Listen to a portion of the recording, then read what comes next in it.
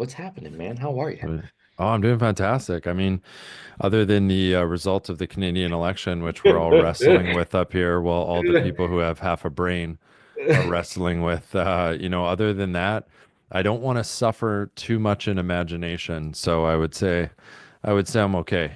Yeah, I appreciate that perspective. And actually, that's the first thing I had him with. I'm like, all right, man, I know he says he's got an expiration date on when he's fired up about stuff. I know there's an expiration date on this too.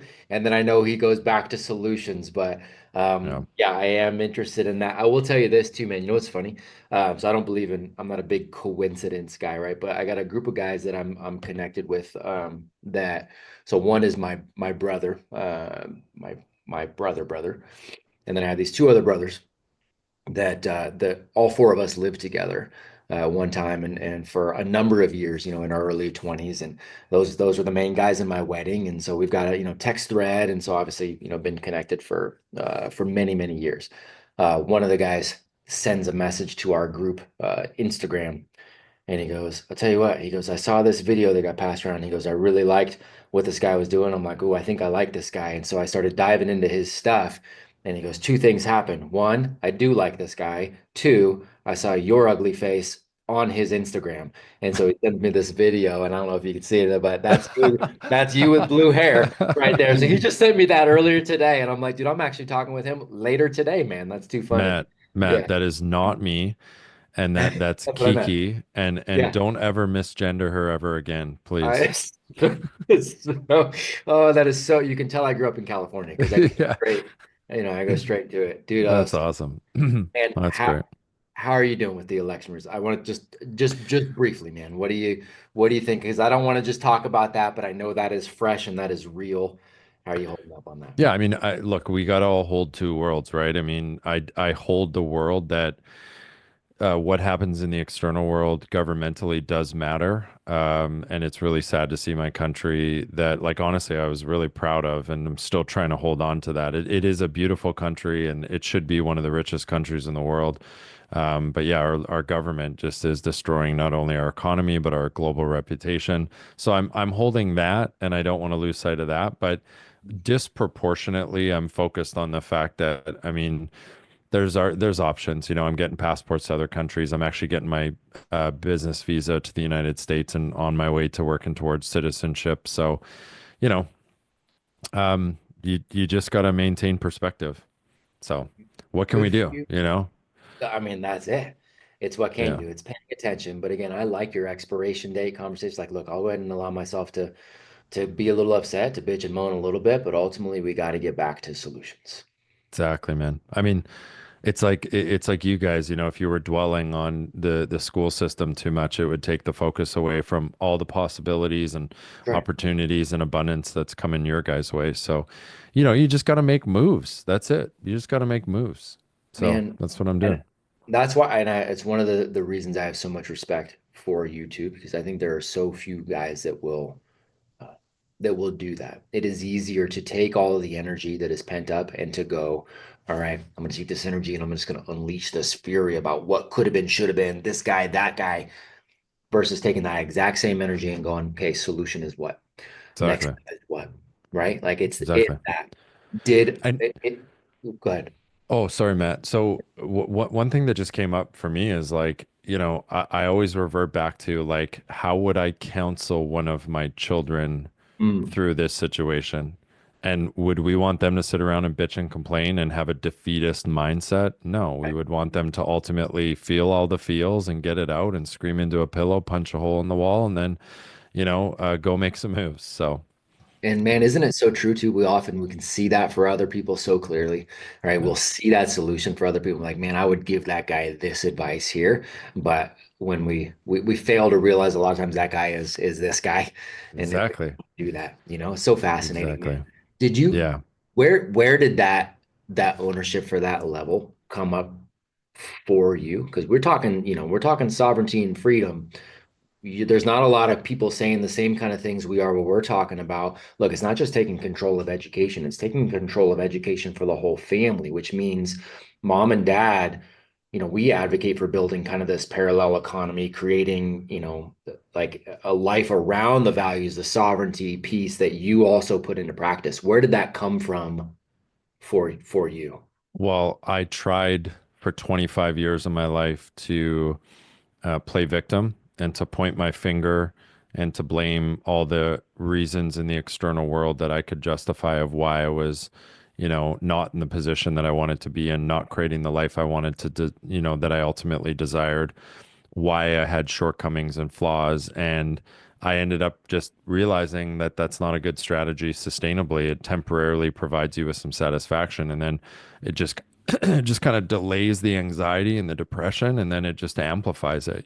So I just woke up one day and, I listened to guys like Tony Robbins and Jim Rohn and Bob Proctor and all this stuff. And I was like, oh shit, like I hold the keys to my life, like I can take the steering wheel and I can say, hey, because we all have this like anti-you inside of us, this part of us that wants to play small and play victim. And I just, kind of realized that I could tell him to get in the back seat and I see Mm. you, I hear you, but like I'm taking control of the steering wheel. And I just started responding to those, my fear essentially. And I started to like do what's required to build a life where I don't have to feel like a victim. And I ended up realizing after 25 years how much better of a strategy it is to just not play victim and to just take full responsibility and ownership and just make shit happen. So, and then I got obsessed with that. And that's the journey I'm on now. That obsessed. So I like that you say that word, Yeah. uh, the obsessive tendencies. And I very much have those too. And I do look at that as a gift as long as you're willing to obsess about the right things and have some people that'll shake that up for you. Hell Um, yeah. I love right. that. Like let's lean into that. Yes. Hey, Matt, I got a question for you. I have someone that's meeting me after. How long do you guys usually go for? 4 hour. No, we usually go about an hour if you can Cool. do the hour. Yeah, if Yeah, that. I will just have a hard stop at, yeah, like if we can do an hour, that would be Yeah, perfect. 100%, man. Yeah. 100%. Okay, Um, awesome. so you're talking about transition and these addictive tendencies to, so a lot of times this playing the victim mentality is it becomes an addictive thing. Right? It becomes something that you start to feel normal as you lay in. And I don't just mean you, Kaylor, I mean just people in general. You start to feel normal. You start listening to some of these guys that you named, brilliant human beings, and you decide to actually embrace what they are saying and put it into action. You and I both know that's a process of making that the new normal. When does the fear come back up? What's the scenario? What's the situation where all of a sudden Kaylor goes, the victim's starting to come back out a little bit. The woe is me starting to come. Does that guy ever rear his head anymore? Yeah, I would say it's like a dial. Like I look at it as like a dial, almost like, your audio, Matt, is coming through my headphones and I Yeah. can turn it up to where it's like annoyingly loud. And I actually did have to turn it down a little bit because I had it up too much.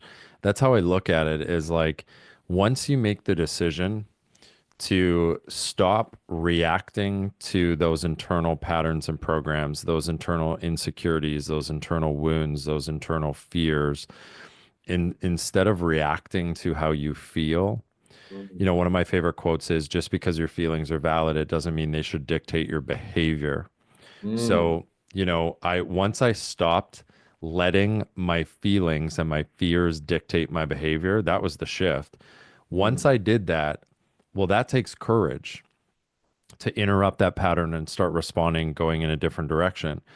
And I just knew what I was doing though. I said, if I do this on a long enough time horizon with enough repetition, sooner or later I'm going to change the conditioning because I was starting to learn about the subconscious mind and that's what reprograms your subconscious. So the dial was really loud at first. I felt very vulnerable and naked, like I was standing in front of a million people naked, but I did tolerable steps. So I just like little thing, like even this is going to sound so fucking weird, but even brushing my teeth at night, I'll never forget when I was in my darkest days, I struggled to brush my teeth before I went to bed.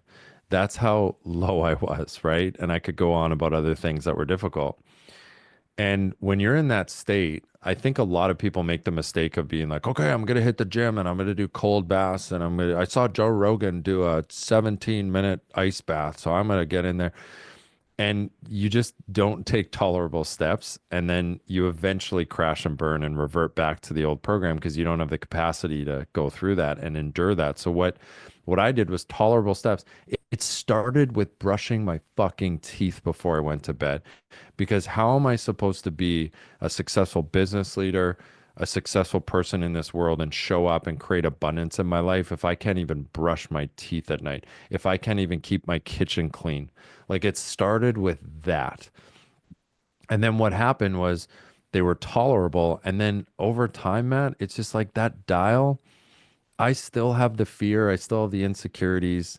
I still feel like a hot mess sometimes and a loosely functioning disaster. But the dial is just turned so far down that it's like, it's just much more quiet and it's much more tolerable. And I also just know what I'm doing. It's like Bruce Lee, who said, like, don't wish it was easier, wish you were stronger. And life is actually probably more difficult than it used to be because I've self-inflictedly took on lots of responsibility and challenges, and I gotta put out fires every day and things go wrong and not my way.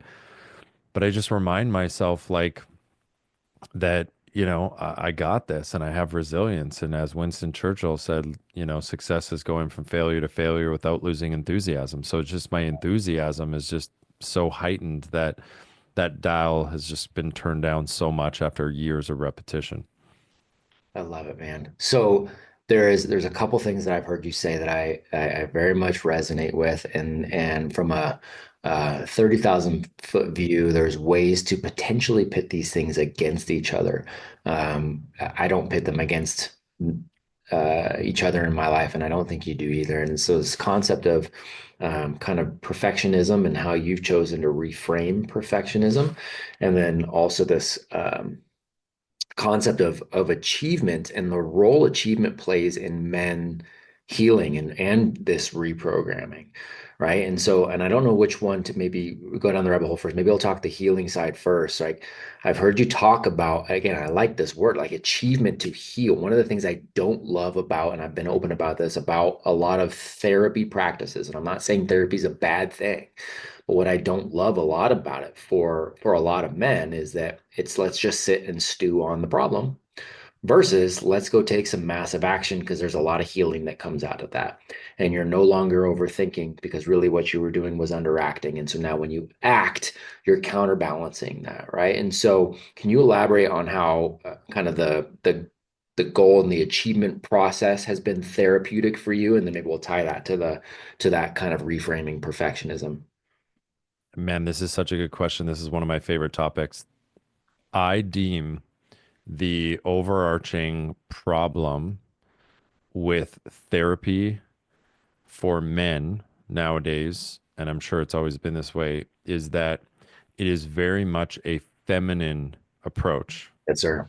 So if we look at masculine versus feminine dynamics, we have to look, the way in which you know how I said I went from like playing victim and, I went from, instead of reacting to those internal unhealthy patterns and insecurities and fear, I started responding because losers take action based off how they feel, and winners and men who step into their healthy masculine, what they do is they make decisions based off their long-term values and commitments. So they respond in the way that takes courage.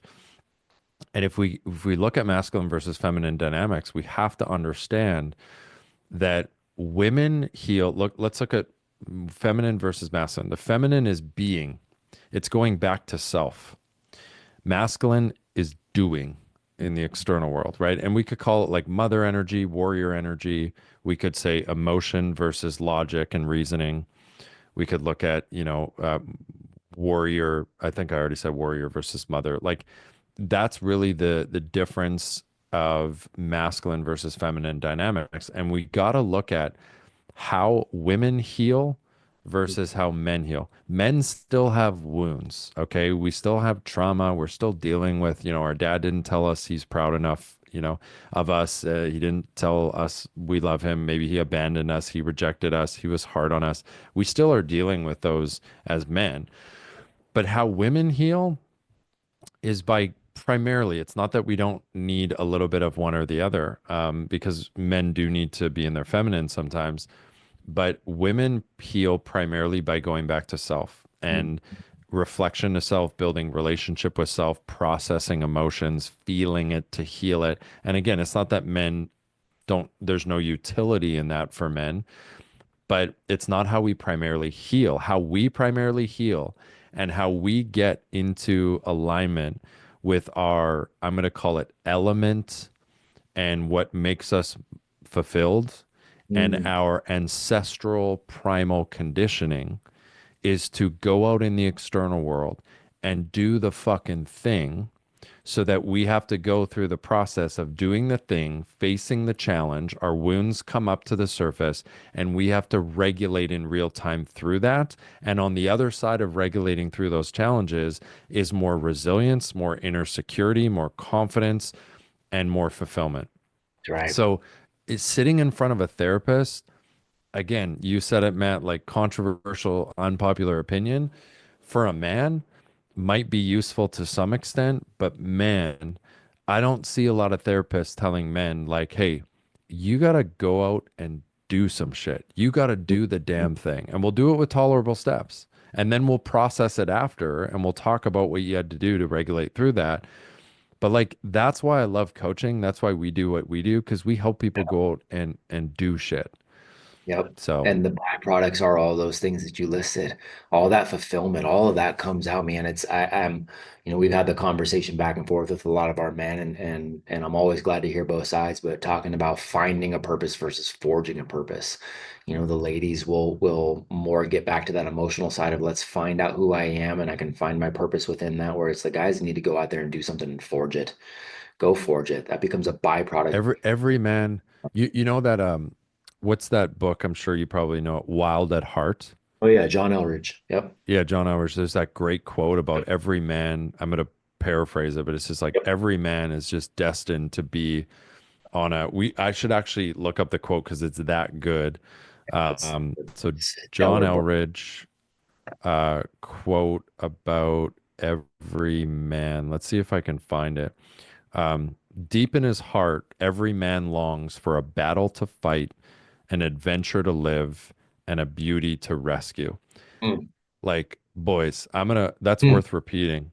Deep in mm, his heart, every man longs for a battle to fight, an adventure to live, and a beauty to rescue. Is there mm. a better exemplification or just a summary of how men can step into their masculine? Well, guess what? If you want to have a battle to fight, an adventure to live, and a beauty to rescue, that means you're going to have to face some difficult shit, right? Like you're Mm. going to have to go out there and you're going to face adversity that gets in the way of you getting those things.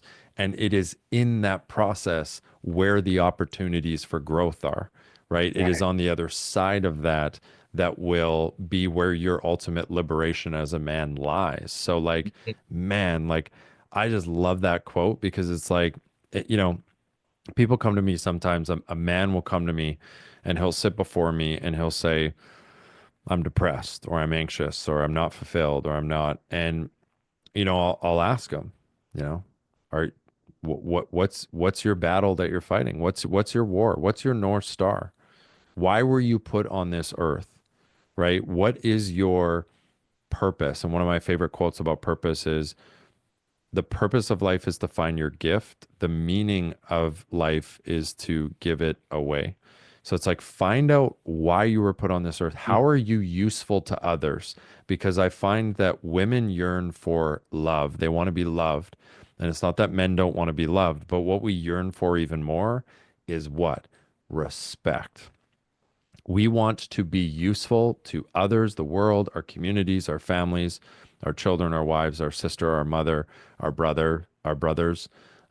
That's really what we yearn for. So, what's your battle to fight? What's the adventure that you're on? And who's the beauty that you want to rescue? You don't even have to have that particular person, but you have to be very clear on who is the beauty you desire to rescue. And by the way, even if you're already in a relationship, are you actually rescuing her? Are you showing up for her? Are you the man and the protector and the provider that she yearns for? Does she feel loved by you like she yearns for? And it is in those missions, to me, where all your fulfillment lies. In Matt, I'll tell you what, I know you know this, but too many men in this day and age, because we live in a world where comfort is at our fingertips, too many men are simply sitting around too much, watching too much Netflix, sucking on their cherry vapes, drinking too much, eating shitty food. And you might not resonate with those, but we could fill them in with other things. And I'm not sitting here on my throne like I'm looking down at people and saying I'm perfect. I have my versions of those things too. But I'll leave it with this whole point. Grant Cardone, whether you like him or not, he's a controversial character, but I interviewed him and he said something that always resonated with me. He said, white space in the calendar is the devil's playground. Hmm. Fill your calendar with a Hmm. battle to fight, an adventure to live, a mission of what that aligns with what you were put on this earth to do, and a beauty to rescue. Gosh, so good, man. That's where everything is earned through that. One of the we bring in amazing humans every single week, and, like yourself, and we get to talk to all these different verticals. And I was talking to the ladies earlier this week, um, and we had on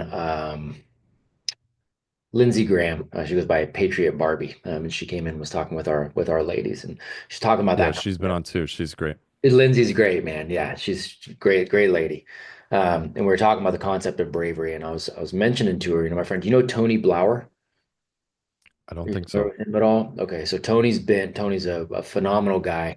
Been in the martial arts space for freaking 40 years, 50 years. I mean, I remember following him as a little kid in Black Belt magazine, but really in this protector space, true combat space. But what he really is a master of human behavior. He's a master of understanding fear and how to control your fear. And that's really where his genius lies. And one of the things he said to us when he came in is, he says, we said, if you take a look at if we were to package bravery and we're gonna be able to sell it, and you could just sell it in a bottle, man, and somebody was able to take it and they was able to drink it and they'd be brave. Because the only ingredient that would be on there is fear. So that's the only ingredient that would be in there, but you go do the right thing anyways. And so men who are sitting there and Netflix is the thing or their fantasy football team is the thing or whatever, the reality is there's a fear usually there and they're not living that battle. They're not overcoming whatever the fear, whatever the BS stories they're telling themselves to go, why they can't go create. And the way you laid it out like that was perfect. I think that's maturity too, is deciding to get in that battle. You know, I would say that's a good summary too. If and again, I'm still on this journey as well too. I don't suppose Hey, I'll ever be off of it. But sure. if I'm sitting in front of someone who's struggling a little bit as a man, I'm going to tell them that there is so much self-confidence. In fact, maybe all the self-confidence that you are yearning for and all the liberation, fulfillment that you desire, there is so much of those things just on the other side of your greatest fears. So I Mm, think it's a good North Star to kind of, you know, or a metric to look at in terms of what are you avoiding? Like right, what is the fear and what are you avoiding going out and stepping into this world and facing, right? What are you avoiding facing? right. And all it takes is courage to face that. And on the other side of that is truly, I believe, where a man's liberation lies. So you just got to look at like, what are your greatest fears? And again, tolerable steps, Yeah, but you got to face those. yeah. Is it the difficult conversation with your spouse? Mm, Is it showing up for your kids like you need to? Is it building the business? Is it writing the book? Is it booking the ticket? Is it firing your boss? Is it, what is it? Is it getting in shape? And it usually involves taking on some responsibility. you bet. You bet it We're does. we're afraid of responsibility because we're afraid to fail at that responsibility. Well, you got two choices, like Andy Frisella says, Yeah, choose your hard. That's right. Everything's a trade-off. Jocko Willing says everything's a trade-off. There's no perfect solution. So you can continue to live in the pattern that you're living in and stay stuck with where you're at.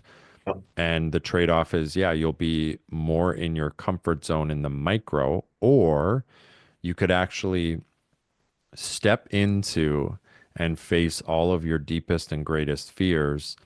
And that's the trade-off there. It's uncomfortable in the short term, but what you're doing is you're trading that for long-term fulfillment and purpose in this world and strength and health. And at the end of the day, I just want to be the man in the arena. I'm sure you guys are all familiar with that quote. Like, yeah, okay, well, I have it at my desk as well too at home. Like, to me, my thesis on how I accomplish the life that I desire in this world as a man is simply, am I in the arena? Right. And I have tattooed on me dust, sweat, blood, because that's part of the quote, and that's just a reminder to me that Mm. I'd rather be the man in the arena marred by blood, sweat, and dust, sweat, and blood than the person in the stands who's just going to point their finger and judge and criticize. If that's the cost I got to pay, is I'm not going to be very convenient for some of the people around me, and they're going to project their own insecurities out on me so that I can be in the arena. I'll take that all day. I'd rather live on my knee. Sorry, I'd rather die on my feet than live on my knees. Right, man. And this really kind of answers that next part, because one of the most eloquent lies that men will tell themselves is that something's got to be perfectly planned before they can go execute it, right? They'll give themselves all the reasons in the world where it's not quite right yet. The time's not quite right yet to go on this adventure. I've got to get one more thing perfect. I've got to acquire one more thing. I've got to talk to one more person. I've got to read this book or listen to this podcast. So it's it's that perfectionist mentality that we use as a guise as to why we're not going to step into that arena. So one of the things that I've heard you say, and so you've really kind of alluded to this too, but reframing that perfectionism, the embracing kind of that done, not perfect, right, mentality. And so that shift for you to both personal and professional, like how did that come about? Yeah, so let's look at what perfectionism is. Perfectionism is it's rooted in a fear of being seen as not perfect. So being seen for who you truly are. And then it's a strategy that we convince ourselves, well, maybe if I show up as perfect, then I'll rid myself of shame, judgment, and criticism. Mm. So it's ultimately a fear of being seen and then getting judged and criticized. And this is your way of coping with it is like, I'm going to show up as perfect or I'm going to wait until it's perfect. So how I've really gotten through that is it's just a shift in perspective. It's embracing the scrappiness. I heard Cody Sanchez say recently, and I forget who she said, but one of her mentors. And when I heard the name, I'm like, oh yeah, I've heard of this guy. He's a very successful guy. And she said that he said to him, he goes, she asked him, what is the number one principle that has really caused most of your success? Like, what do you do exceptionally well that others don't? And he goes, speed. I'm fast. He goes, by the time most people have been thinking about implementing the thing and just about to implement it, I've already implemented 3 iterations of it, got the feedback, shifted, evolved, and pivoted so that I know the answer and I've executed the right thing before people are even done thinking about executing something. So for me, the wrong decision on Monday is better than the right decision on Friday. Because at least if you make the wrong decision on Monday and you implement it, by the time Friday comes around, you at least have gotten the feedback and you know how to dial it in so that it's perfect by Friday, or it's never going to be perfect but at least it's dialed in. And I just ended up realizing that most things just don't matter as much as I make them up in my head to matter. And most things are reversible. So what I do is I make reversible decisions very quickly, very quickly. I optimize for speed.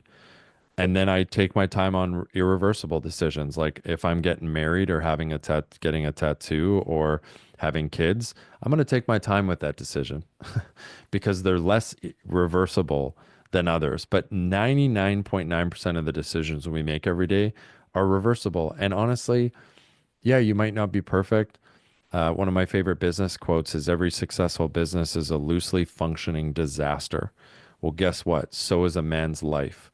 And it's okay if it's a loosely functioning disaster. As long as you continue to show up, you'll end up realizing that if you do most things at 60 or 70 or 80%, it's better than waiting around until you can do it 100%.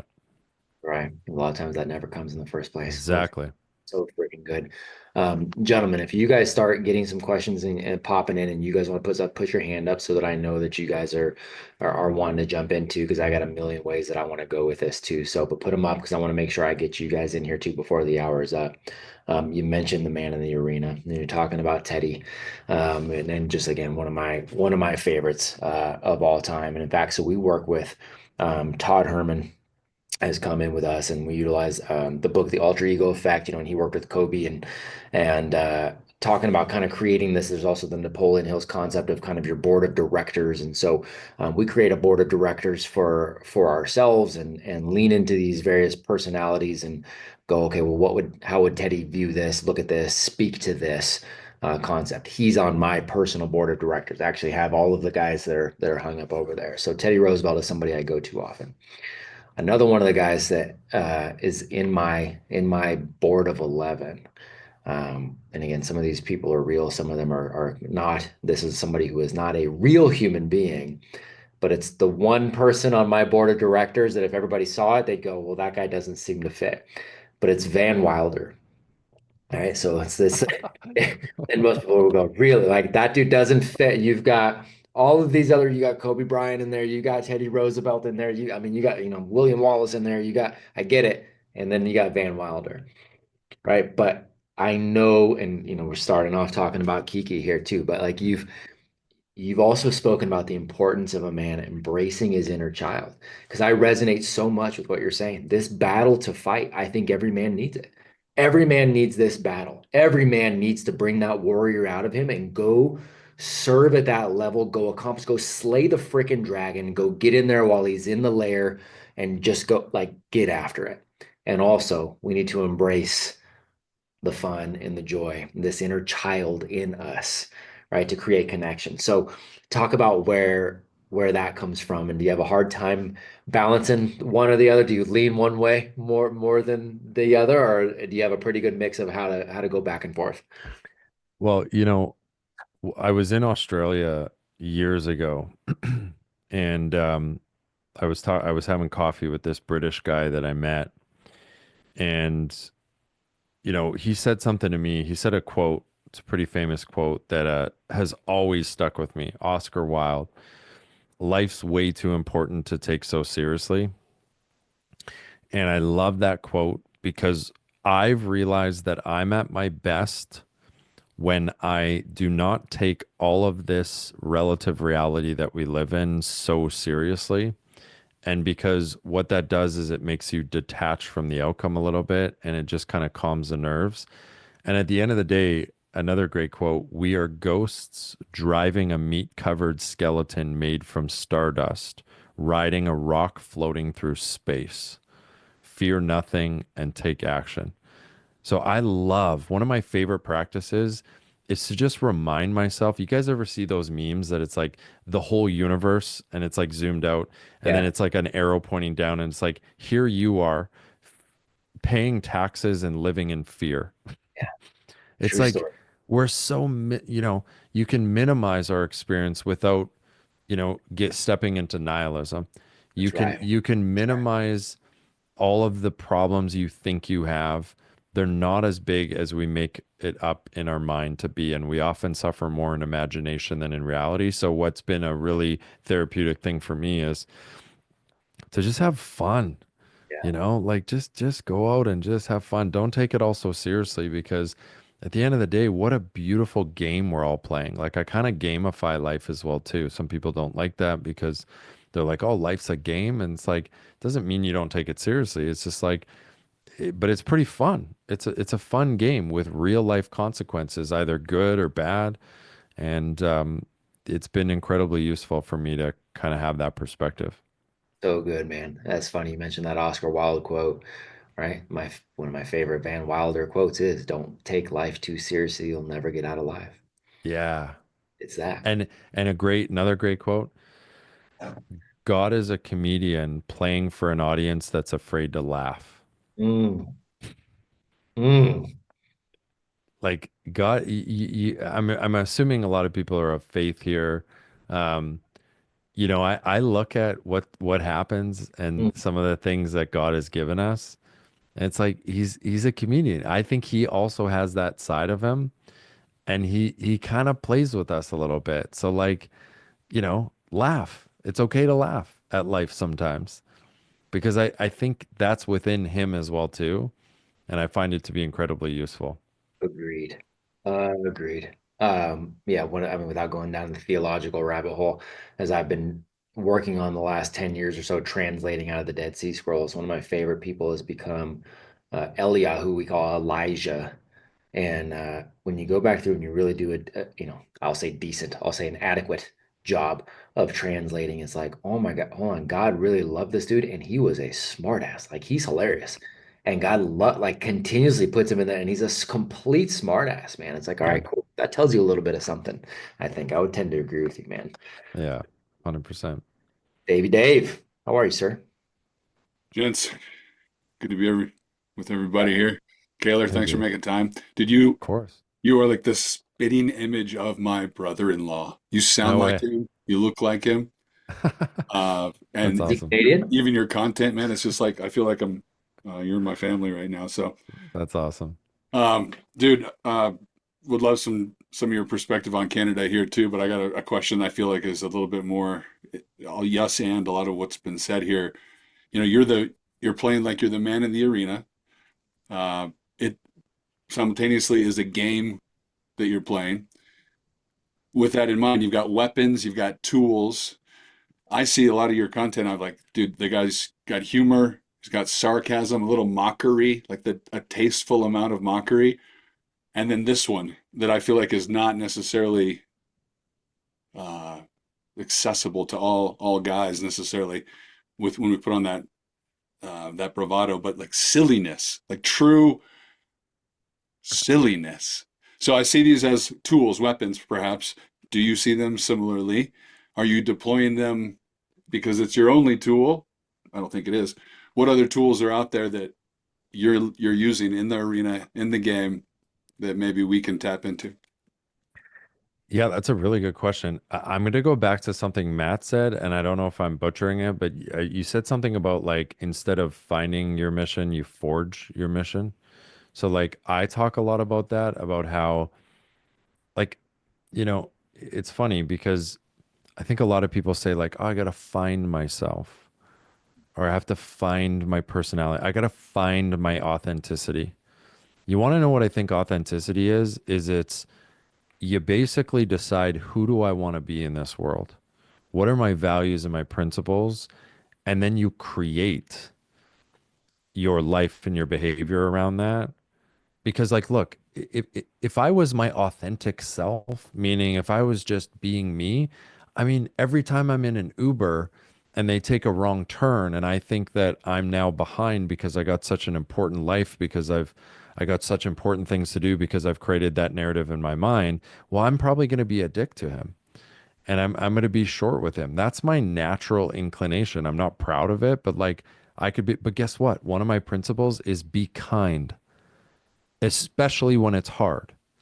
So in that moment, if I'm actually being authentic, it's not for me to, lash out onto the Uber driver. It's actually to regulate through that, take a deep breath, and to be kind. It actually goes against like what my natural inclination would be. My natural inclination is not to be silly on Instagram and hundreds of thousands or millions of people to see it.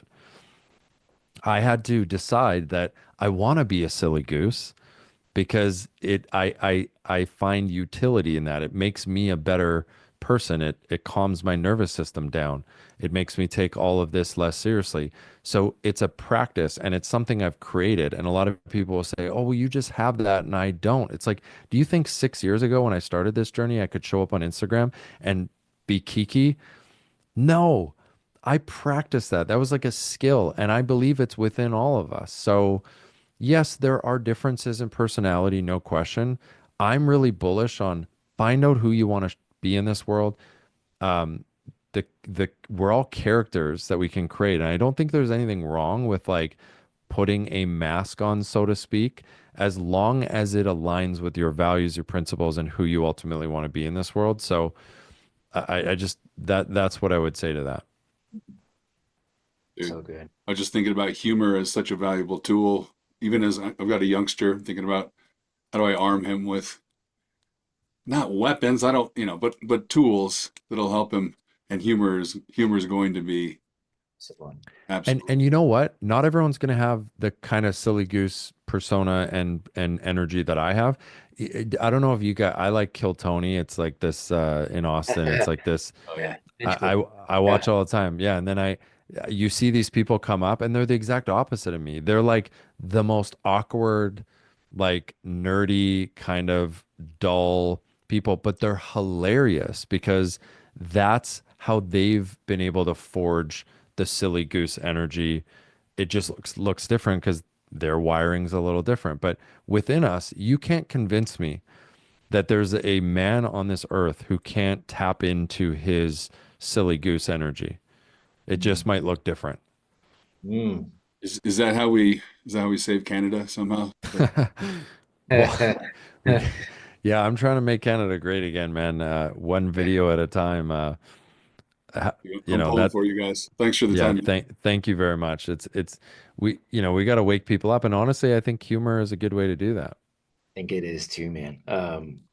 I love that decision to put that, quote unquote mask on, but it aligns with your values. It's quite literally like foundationally month one of what these guys go through. Because eventually what you have to understand is when you put the quote unquote mask on for so long because you're inspired by Teddy and you're like, all right, now I'm going to do what Teddy does as far as getting in the arena in this part of my life, right? And you do that day in and day out for a long enough timeline, at some point you come to realize it's no longer a mask. Yeah, it becomes natural, It's becomes your actually who conditioning. you are, right? At Yeah. some point, you've done it long enough. That's who you are. The subconscious has now been changed. I grew up as an introverted kid until I decided I didn't want to be. And now there's nobody I know that would say, yo, you're really introverted. Or even Matt, like there's so much BS out there. It's like people will say, "Oh, I'm a morning person," or "I'm a night." It's like you can even rewire that. I used to wake up in the morning and I used to want to go back to sleep immediately as soon as my alarm clock went off. It used to take me 2 hours to even kind of feel like I was awake. Yeah. And now I wake up, I spring out of bed. Like we can change. Like never be so careful the narratives that you are repeating in your psychology and particularly in your self concept. Even just the I'm not a morning person. Well, yeah, not with that attitude, Right. but like you can change that. I'm not funny. I'm not humor. I don't have that. Be very careful. Whatever you say I am, and then whatever follows is the reality that you're creating. There you go. Abracadabra, right? With my words I Exactly. create. Exactly it. Oh, it's so good, man. And it's funny, we had an Amy, and God, I always want to say immediate because I look at your name. I look at the name when I want to bring you in, Amy, and I shouldn't because All good. it always screws me up, man. But I'll tell you too, we were driving today, coming back from grabbing some stuff for the farm.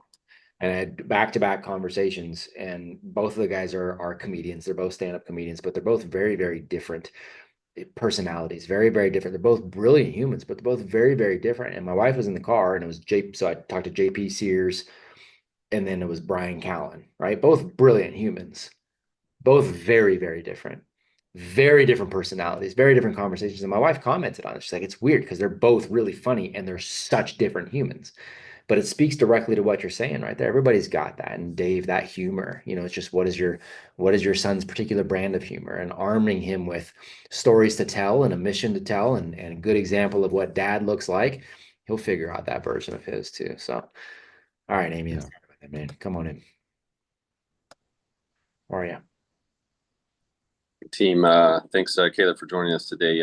My question's in regards to the topic of beauty to win.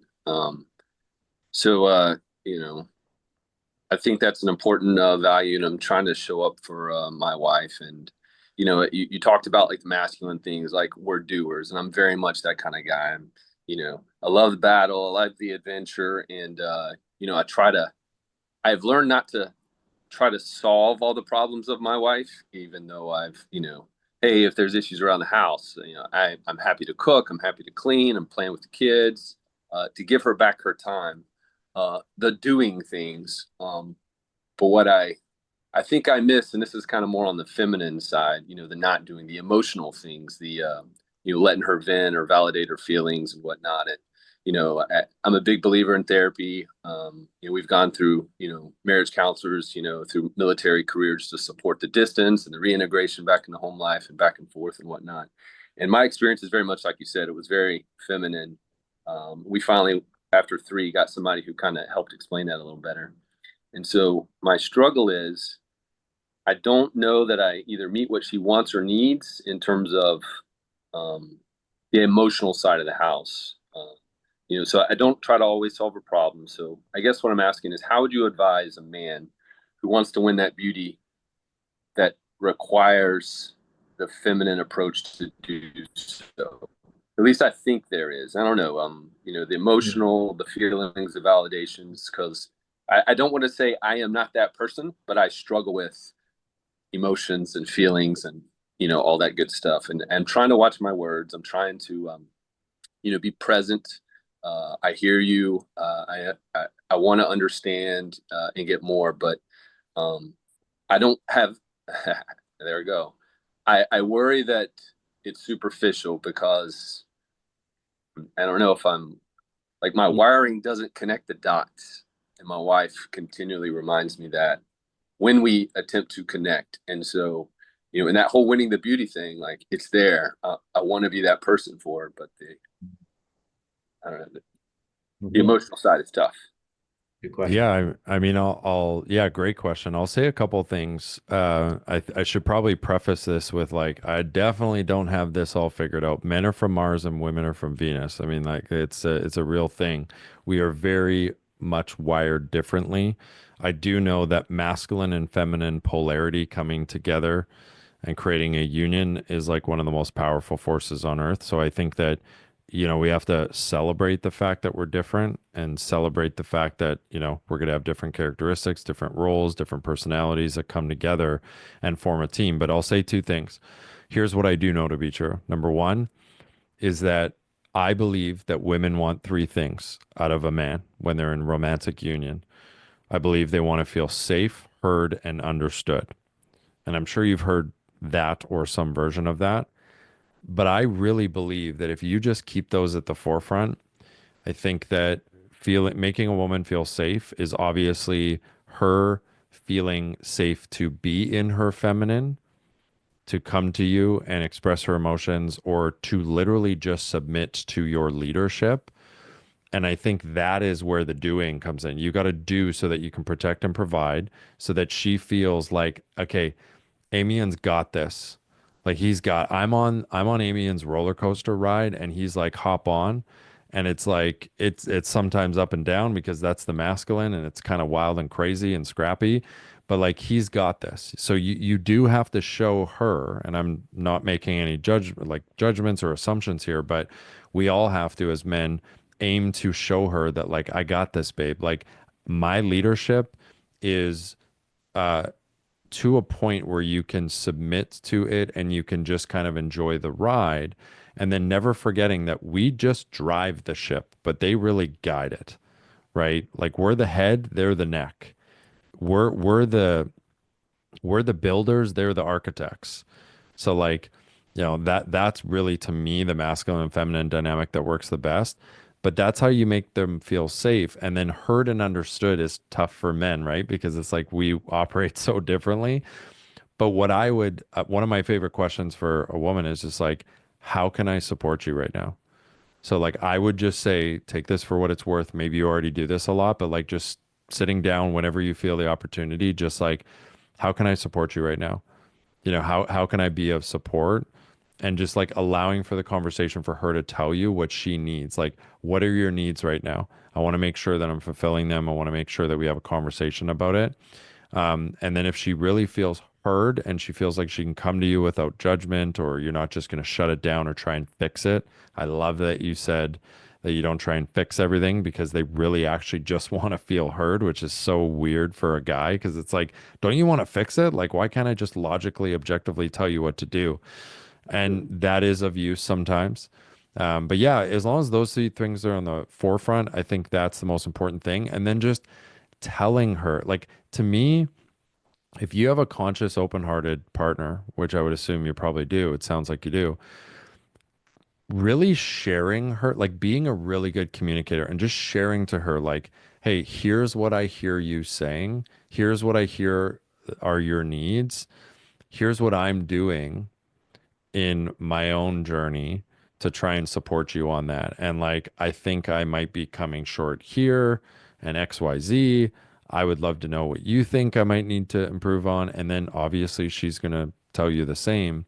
But I think just opening up the conversation and communicating and understanding that it doesn't need to be perfect.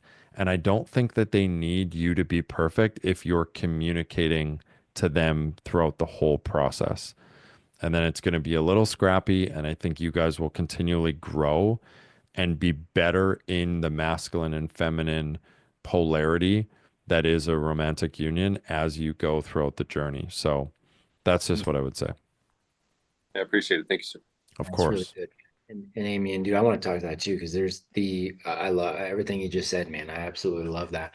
I have noticed, in my experience too, the way I show up in all of those things matters too, right? If I am the super like aggressive and like intense, like, all right, I want to understand you, what I'm saying, right? Like just the tone of voice, like the physical, so like, okay, versus the calm, cool, and collected while I'm curious about her, right? Where it's just like, and almost goofy, where it's just like, hey, like I'm not super smart. I'm listening to you. I think this is what you're saying you need.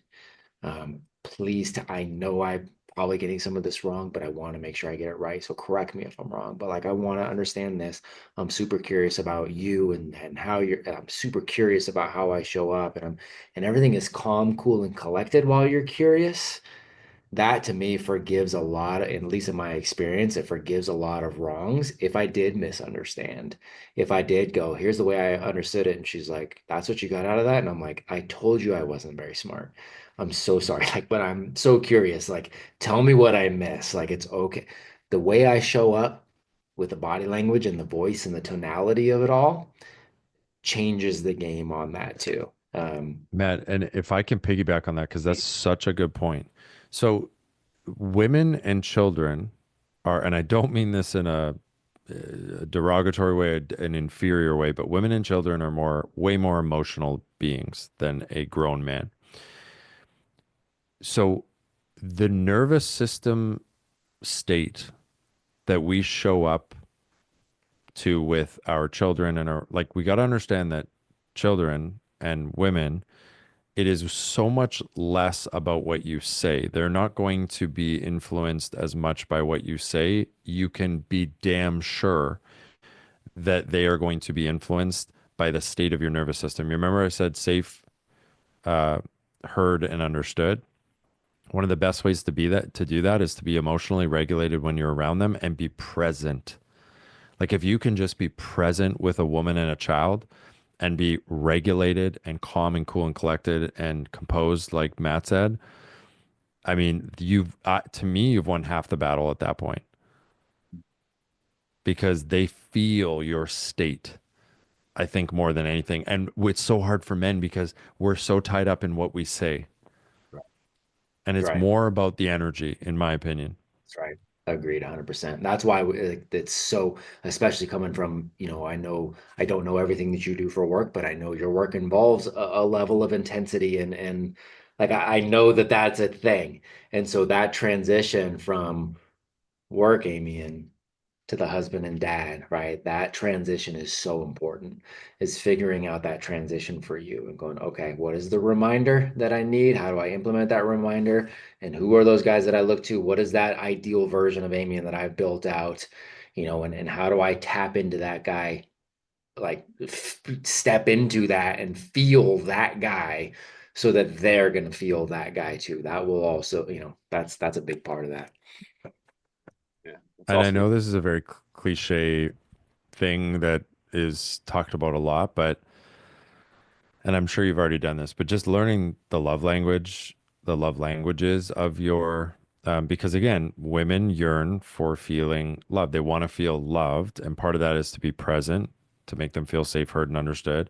But also, I'm telling you, if you do those things and then you also know their love language and you execute on, like, if her love language is quality time, give her some quality time. Talk about how you can create quality time. If she loves touch, it's like when you're watching TV, don't even think about being on your phone and make sure you're close to her and you have your hand somewhere on her. Like, to me, those are the low hanging fruit. Yeah, agreed. Yeah, it's a good question, brother. Yeah, really good. My man, I know we're coming up on an hour, man. This is exactly what I want to be. I'm so grateful though, man. Grateful for you showing up here, but grateful for the way you're showing up in the world too. The last things here, because I know you gotta go. What are you excited that you're creating right now, and how do we best support you, us as an organization? How do we best support Kaylor? Yeah, I think first off, yeah, thanks for having me, boys. I live for conversations like this. I love men's containers. And one of the reasons why I love it so much is because of how rare it is, you know? Like, most men are just going out there and just trying to survive. And although we all probably feel that way as well, to be able to be intentional and conscious enough to like take time into your day and like show up in a container like this. And I'll give you guys a lot of credit because we all know this. It ain't easy as a man to be sitting here listening to another man share his insights and then put up your hand and ask a question. Because as men, we obviously have egos and we are conditioned to believe that we got to have all the answers and we got to have it all figured out. And if you have the capacity to not have an inflated ego that gets in the way of you being able to just sit here and say, you know what? I'm here for it. I'm here to receive any support. I'm no better than anyone on this call. I just like, I've committed to personal growth. I have some experiences and insight that I can provide that might be useful. And for you guys to just sit here and receive is really tough as a man. And I've been there. I still do that to this day. So I just want to like acknowledge that and highlight that like you guys are literally probably the top 0.1% of society of men who are willing to be in containers like this, put their ego aside, and receive support, which the world desperately needs more strong, healthy, masculine men who are able to actually do that. And then I know you guys are weapons and ninjas and rock stars when you go out in the external world to get shit done. And you better believe I'm in containers like this too, where now all of a sudden I'm the receiver. So yeah, so kudos to you guys. Kudos to Matt for creating this space. I mean, I just live for stuff like this. What am I creating? I mean, um, I've quickly learned that I have messages that I want to get out there because again, I think that society is slowly deteriorating in terms of the status quo right now. I think we're living in the first generation where we're not progressing. We're actually degressing, regressing is the Yeah, opposite. We're regressing.